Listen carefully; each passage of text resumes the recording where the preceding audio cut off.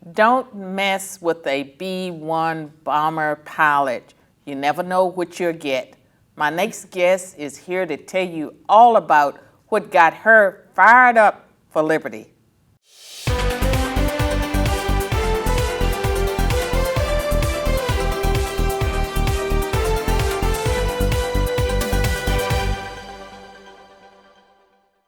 Welcome to another episode of Conversations with Dr. Carol Swain. This is the show where I get to pick the guests, I get to pick the topics, I get to have fun. Now, my guest today is Robin Steenman. She is a woman who has formed an organization. She has fought back, and she's leading a fight against CRT and related infringements of our liberty in Nashville and across the nation. So welcome, Robin. Thank you, Dr. Swain. So you have such an interesting background. So you're this beautiful woman. How many children do you have? I have 3 children. And the ages? 6, 4, and 11 months. And you recently got kind of thrust into the national eye with some attention. And I'd like for you to share with the viewers a little bit about your background. So you're raising kids, your military service is over. Mm-hmm. How is it that you become an activist?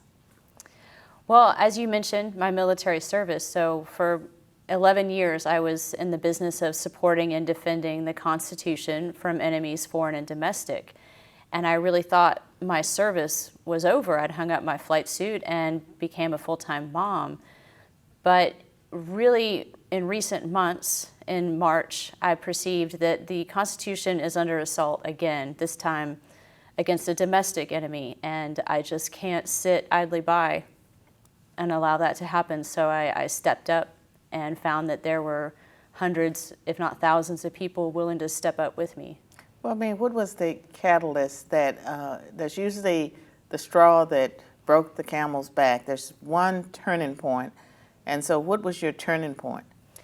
When the school district in Williamson County hired a diversity, equity, inclusion consultancy, that was the straw for me to finally speak up about it, because I knew enough to understand that that is critical race theory, just under a different title. Right. And so I spoke up for the first time in the open commentary of the school board meeting in March, and perceived that I was the only one that saw this as a threat, that saw this as significant. Everybody else with their children, in the schools day to day were focused on the masking and the COVID quarantines and the COVID policy, and there's a sleight of hand going on. Right. So I perceived that nobody saw, looked at the other hand at this DEI policy that was coming in, and I decided to educate everyone and wake them up and say, hey, let's pay attention over here because we're going to miss the bigger play. Well, the other part of it is I want the viewers to know that Williamson County is in Tennessee, and it's generally considered a more or less conservative compared to Nashville. It's considered more Republican, and so it's kind of shocking that the focus was elsewhere. I know that a few years ago, the focus was on the fact that there are Confederate monuments and battlegrounds, and famous battle took place in Williamson County, and so the focus was on that. But this diversity, equity, and inclusion officer that was hired for the school system, you knew that this was a warning and that it was a form of critical race theory. Other parents, what did it take to awaken them? Just talking about it. I had the first meeting in my home. 19 people showed up, and we talked about what they'd already seen in the school system, and I talked about how I perceive, or how diversity, equity, inclusion is critical race theory, and the dark places that it leads. That once you institute DEI as a policy, it really is a Pandora's box. Yes. And I warned the school board of that in my commentary, that what they're doing is stepping out on a very slippery slope, and it leads to some dark places. And And you don't have to look very far. It's not conjecture. You can see, the districts that have gone before and where they are now. Right. And I encourage them, please understand what you're doing. You're stepping, right in the wrong direction for Williamson County. And I can tell you, Robin, that a lot of people don't understand that DEI, diversity, equity, and inclusion,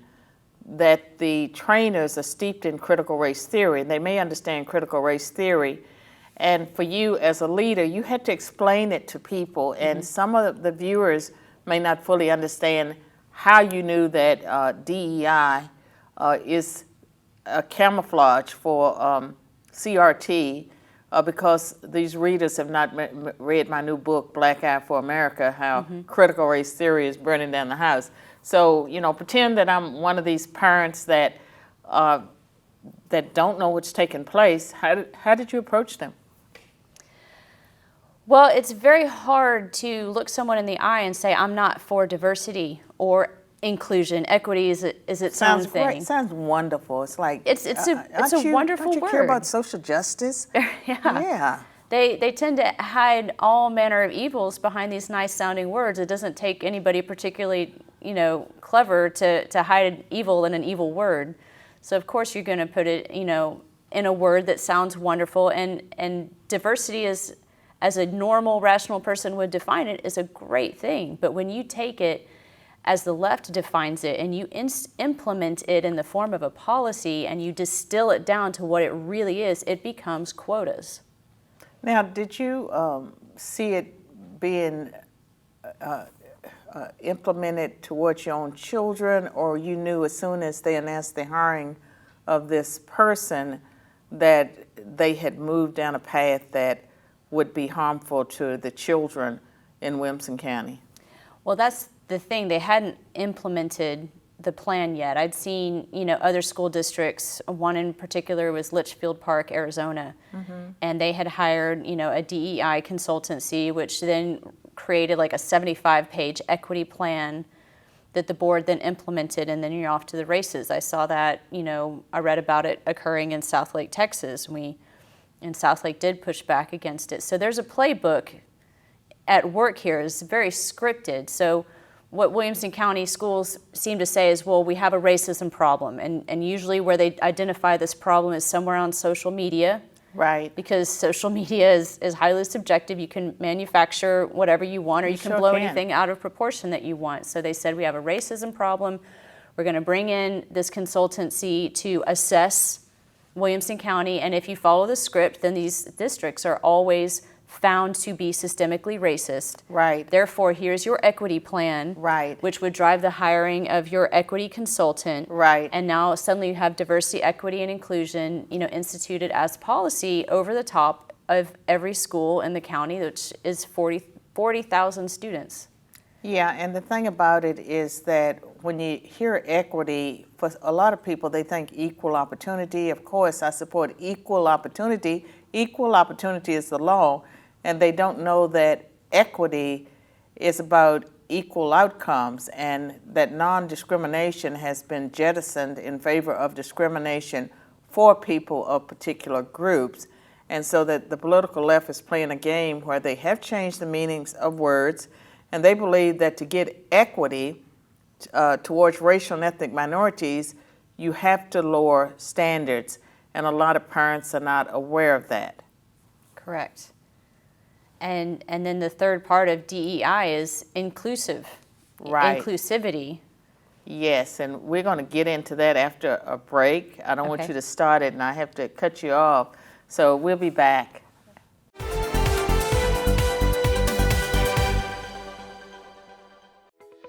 Conversations with Dr. Carol Swain is made possible by Cooper Steel, a family-owned business that provides the steel fabrications for some of the greatest buildings across the United States. 60 years ago, Kenneth and Faye Cooper founded their company in Shelbyville, Tennessee. Cooper Steel believes in sponsoring Carol Swain because we believe as she does, you build strong, you stand strong. What started as a vision and now a nationally recognized and operated company that remains true to its founders' Judeo-Christian values and principles. Cooper Steel is committed to excellence, responsibility, and community. Cooper Steel's motto is build strong, stand strong. They treat their employees and customers like family. Thank you to Cooper Steel for standing strong with Conversations with Dr. Carol Swain. Learn more about our generous sponsor at coopersteel.com.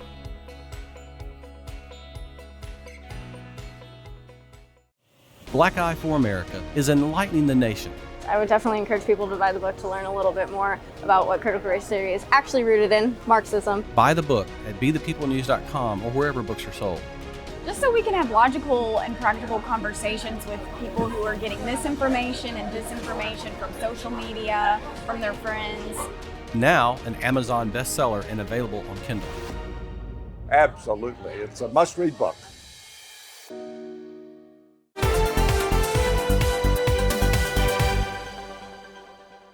I'm back with Robin, and Robin, you were going to talk about inclusivity, and then I should tell our viewers that you started a chapter of Moms for Liberty, and so after you finish talking about inclusivity and how it relates to DEI, I want you to talk about Moms for Liberty. Right. Well, we talked about how diversity, equity, inclusion is a Pandora's box for a lot of things hidden inside, and inclusion being when it's distilled down to the bare bones of what the result of inclusion practices are. I found it to be speech codes. And that is, your speech must be inclusive. And they call it civility. And it means that you can't say what you have to say. And one of the things that's so offensive about it all is that you as a white person, you're supposed to listen. And only minorities with lived experience, they become teachers because that gives them an expertise. I'm fine with listening, and I'm fine. Listening is great. But when you have DEI policy in the classroom and a child is afraid to raise their hand for fear of violating the speech codes. Right. And by speech codes, that's how you get, on Mother's Day, we had Birthing People's Day. And in Williamson County? No, that was nationally. Right. And even in recent articles about, the vaccine, now the vaccine's approved for pregnant people. I've heard rumors in Williamson County that the school district has considered getting rid of mother-son and father-daughter events. They're doing that around the country. Right. It's in the name of amazing. inclusivity. Yeah. So suddenly there's words that you can't say. That's not freedom of speech. That's not the free exchange of ideas, and that's not encouraging questions or critical thinking from the students. Well, the thing that I was referring to is that with the DEI training, often the trainers will say, for white people, you be quiet, you're supposed to listen, and they believe that lived experience trumps facts, data, history, the lived experience of a person from a marginalized group. And so that is not consistent, with teaching, and it creates hostile workplaces and hostile learning environments because, like you say, if you're a child, you can very innocently infringe one of their rules because the rules change hourly. Yes. So with Moms for Liberty, tell us more about how you're becoming concerned about DEI. You have 19 people in your home. You educate them about the dangers.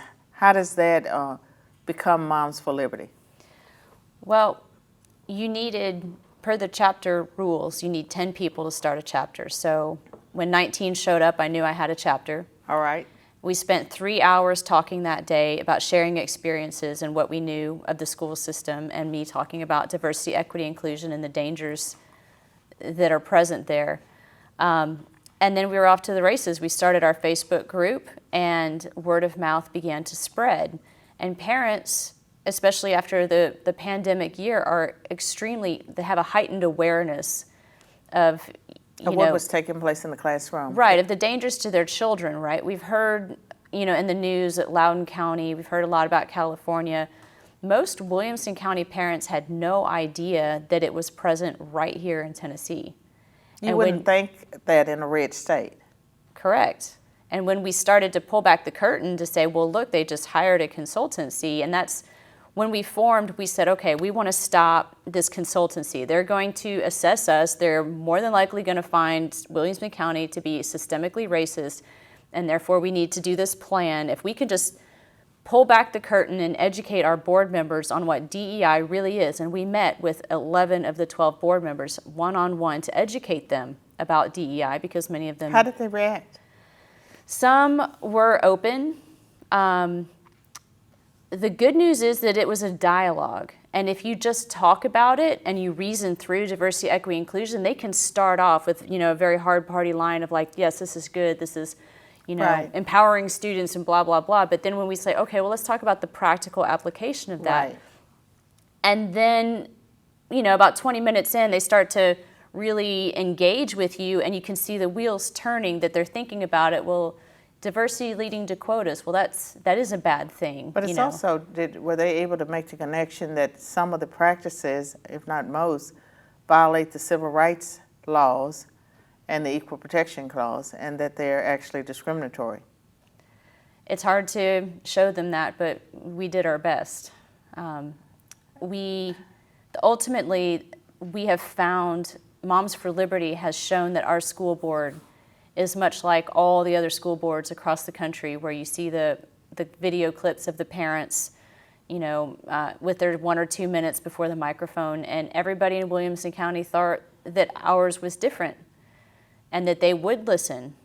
And when we met with each of them about DEI, we really thought that, you could get through to them Right. with truth and logic, and we're finding that that's not the case. Now, how long had you lived in Williamson County? Because I can remember other groups of parents over the years fighting battles with the school board, and so the system, superintendent in particular, it was drifting left long before the DEI officer was hired.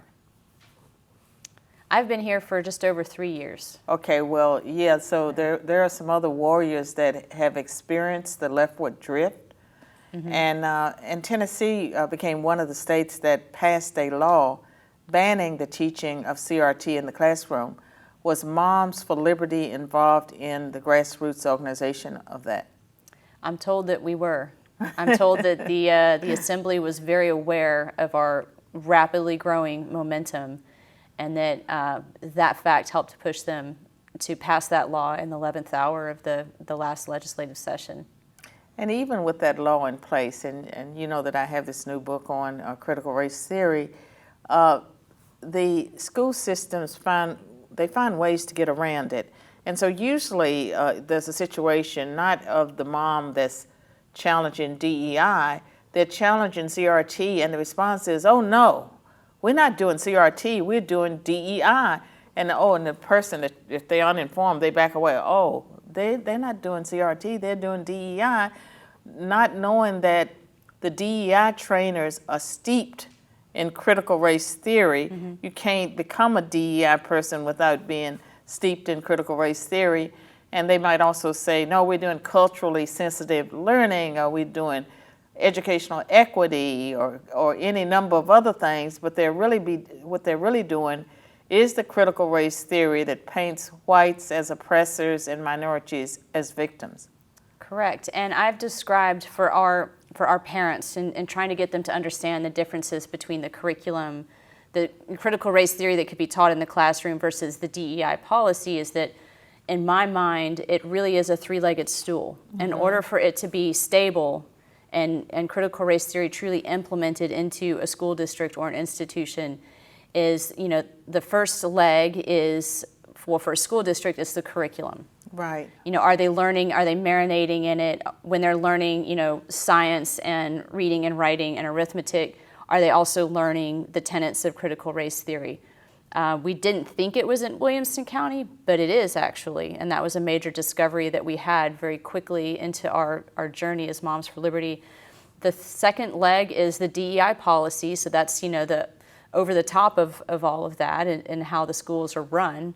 And then the third leg is the activist teachers that are going to take this curriculum and this policy and implement it and run with it. And the way that the teachers are certificated now, and you combine that with the teachers union, you do have a lot of activist teachers that are openly, even in the face of an anti-CRT law, are openly signing, statements that they will teach it anyway. I mean, I think they are steeped in that, and what I watched over the years as a university professor was that, critical race theory, which is rooted in Marxism, that at first it was in the philosophy departments, and then it started affecting political science and economics and science, and it just kept spreading until, and it very much rested in the Department of Education, where you ended up having more and more teachers to get their degree. They were trained in a way where they became, they were indoctrinated. Mm-hmm. And so that, they're young, and if they come from a background that people would describe as privileged, they feel very guilt-ridden, and that's part of the problem. And so I want to talk with you in our next segment more about, what you all have been doing and what you think we should do to make it better, not just in Williamson County, but across the nation. So we'll be back after this word from our sponsors.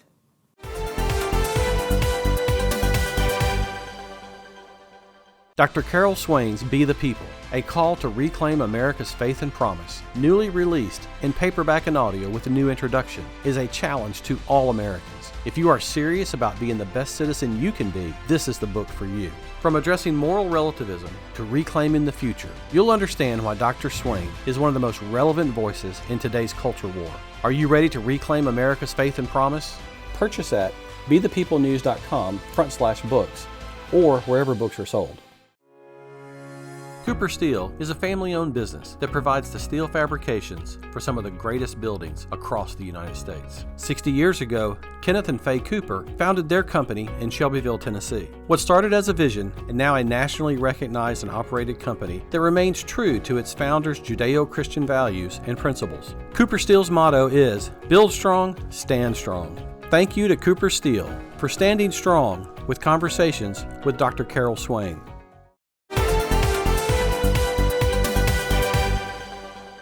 I'm back with my guest, and we're talking about CRT, DEI, and I know that, Robin, that you were involved with exposing something called wit and wisdom.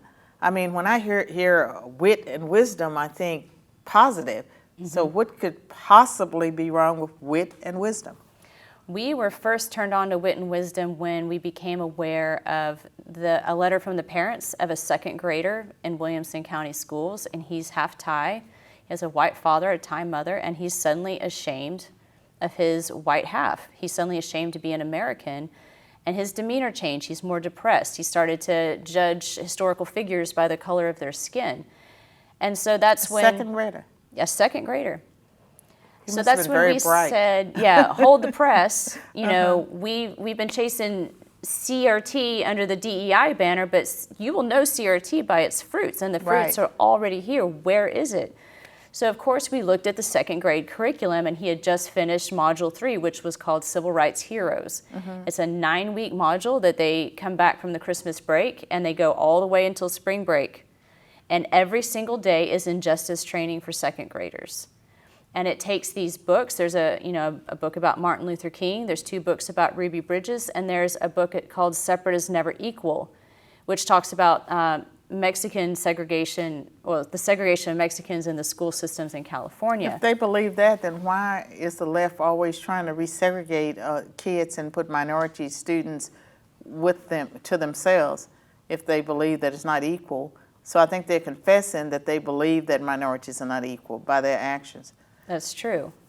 So we could spend 30 minutes just on this curriculum, but we found that module to be very egregious. It was the tenets, while there's no book that says you're an oppressor and you're oppressed, it's definitely painting white people repeatedly in a very negative light, using adjective exercises that says describe these white people. How about angry, scary, mean, and loud? I know what you're talking about because I've seen some videos. Yeah. Is it the Unequal Opportunity Race that's animated, where they have kids at the starting line of a race, and these are animated, and of course the white kids all get ahead, and there's all kind of roadblocks for the minorities.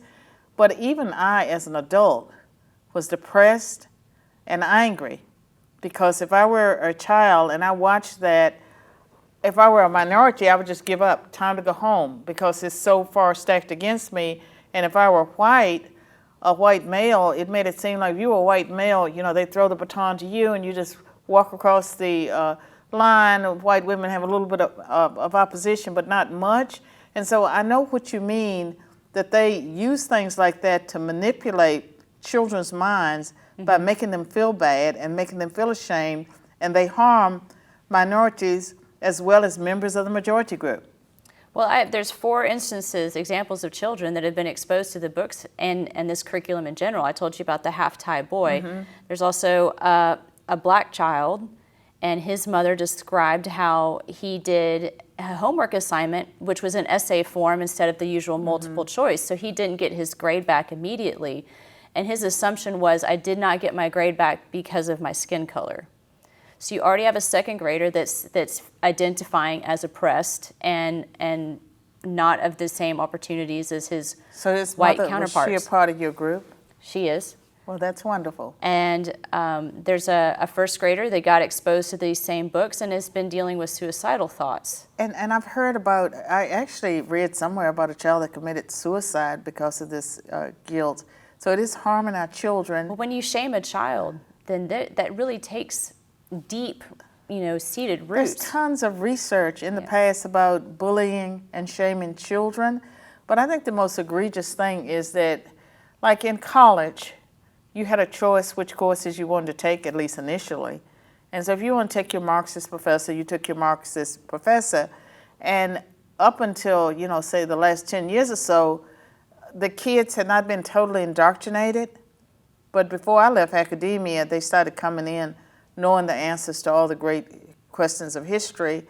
But the kids, K through 12, they're not teaching them critical thinking. Starting with second graders, and I've even heard with first graders that they're teaching them things about white privilege and even guilting out first in kindergarten, graders. right here in Williamson County. It is horrible, as well as the arguments that are put forth that babies can be racist, and the evidence is supposed to be that babies prefer certain faces above others. Of course they do. Who's feeding me? Who's changing my diaper? Right. In Williamson County, we've identified books that start on the oppressor versus oppressed in kindergarten. And a parent would never know unless they removed those books, because I know the state passed a law. Do you know for a fact that the law has made a difference and that teachers have made any changes? We filed a formal complaint, and no action is yet to be taken under this law. So they're continuing to do what they do? Right. Well, they're saying that they're pushing it down into semantics. What you consider critical race theory, I don't consider critical race theory. And so I know that they use civil rights because this whole thing is, like, I am totally opposed to CRT and DEI for the divisiveness and the dishonesty, but I've taught courses on the civil rights movement, and to me that was a positive, beautiful time when Americans came together across race and ethnicity for a cause. They're not teaching it that way. No. Well, because we spoke out on grade 2, module 3, which has 2 books about Ruby Bridges in it, we've been attacked heavily for saying that we want to ban the story of Ruby Bridges, which couldn't be farther from the truth, because she's a true profile in courage. Right. What she did was courageous. What her family did was courageous. Right. But in the way that it's taught, you can go a couple different directions. You can go highly negative, or you can highlight the positive. And what Wit and Wisdom does with the second graders is it drops that child right off in 1960, teaches them about the horrible things that happened, and says nothing of the 60 years following. Well, Robin, I really appreciate having you on Conversations. And I know where your heart is, and that your organization does great work in educating people.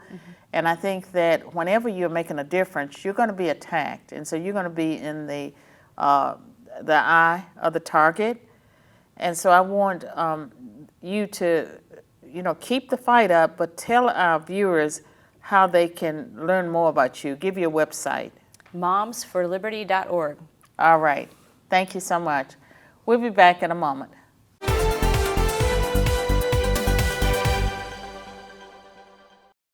Many ask, why should I care about critical race theory? I'm Dr. Carol Swain, and along with Dr. Christopher Shore, we've authored a new book, Black Eye for America, How Critical Race Theory is Burning Down the House.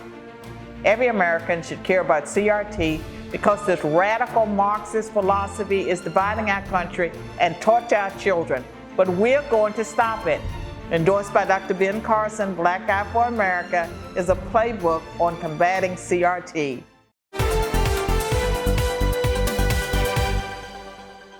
So consider yourself warned wherever you live. Pay attention to what's taking place in your school. And so Robin Steenman has been a great example of what a parent with knowledge, vision, and courage can do, because she organized people and she set up Moms for Liberty. It's an organization that you can support, and we can change America and this critical race theory and DEI and this poison that is dividing people along racial and ethnic lines. And so, thank you for watching. Do your part, have courage, and get out there. See you next week.